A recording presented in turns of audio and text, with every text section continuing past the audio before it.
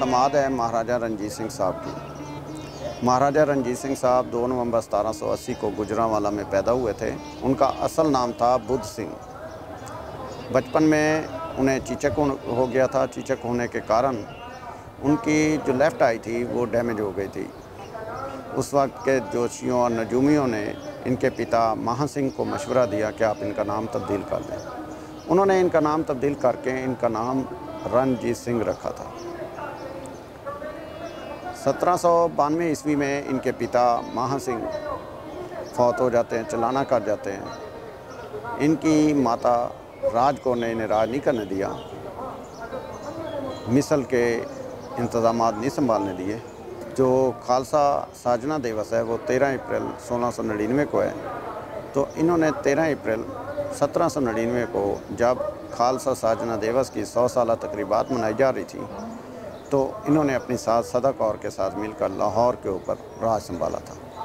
जिस दिन राज संभाला वो बहुत ही ऐतिहासिक दिन था। उस दिन सिख हजरात खालसा साजना दिवस मना रहे थे, जबकि मुस्लिम उस दिन यौम आशूर मना रहे थे।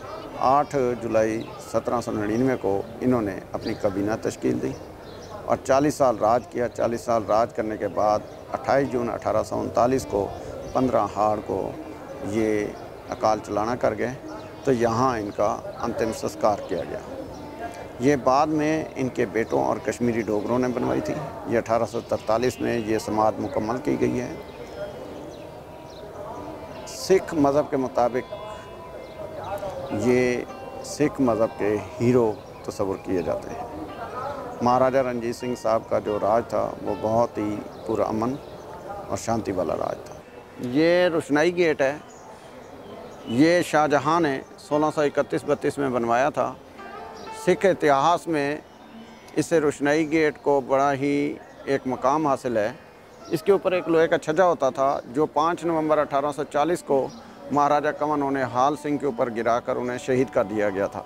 हम ये कह सकते हैं कि ये वो ऐतिहासिक गेट है जहाँ से सिख राज ख़त्म होने की शुरुआत हुई है।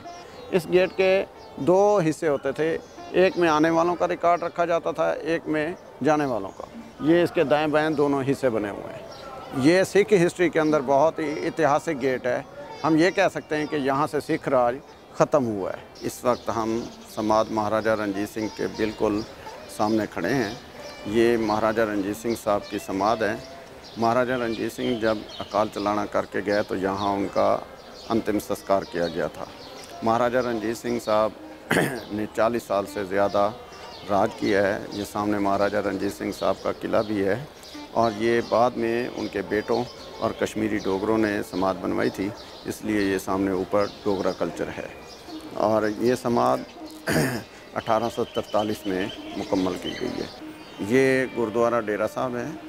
मैं इस वक्त गुरुद्वारा डेरा साहब के अंदर समाध महाराजा रणजीत सिंह के अंदर खड़ा हूँ। ये साहिब श्री गुरु ग्रंथ साहब जी महाराज का प्रकाश है। साहिब श्री गुरु ग्रंथ साहब जी महाराज सिख धर्म की हाजिर नाजिर और ज़िंदा गुरु रखने वाले विराजमान हैं।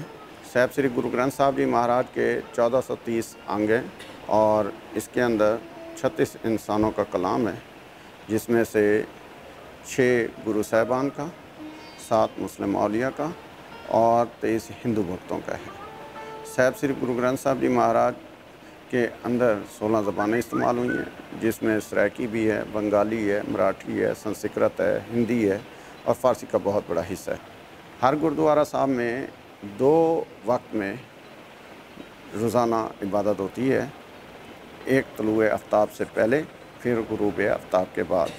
आपके सामने तन तन साहिब श्री गुरु अर्जन देव जी महाराज का शहीदी स्थान है। ये सिख धर्म के 5वें गुरु हैं। सिख धर्म के 5वें गुरु साहिब श्री गुरु अर्जन देव जी महाराज को इसी स्थान पे 2 हाड़ 1606 ईस्वी में नदी रावी में आलोप करके शहीद कर दिया गया था। साहिब श्री गुरु अर्जन देव जी महाराज के आलोप करने से ना ही उनके स्वरूप मिले, ना ही उनका संस्कार हुआ। इसलिए बिलीव करते हैं कि साहिब श्री गुरु अर्जन देव जी महाराज यहाँ ज़िंदा हैं, मौजूद हैं। ये उनका कैंप है, उनका डेरा है। इसलिए इस स्थान का नाम डेरा साहब श्री गुरु अर्जन देव जी महाराज है। ये पहली दफ़ा 1619 में बनाया गया है, फिर 1645 में बनाया गया, फिर ये जो मौजूदा शक्ल है ये 1802 में महाराजा रणजीत सिंह साहब ने सेवा कराई थी। यहाँ रोज़ाना प्रकाश होता है और लाहौर के 12 दरवाज़े हैं और 12 दरवाज़ों में 12 मेले मशहूर हैं। उनमें से एक तारीख़ी मेला सबीलों वाला मेला जोड़ मेले के नाम से यहाँ बिफ़ोर पार्टीशन से मनाया जा रहा है।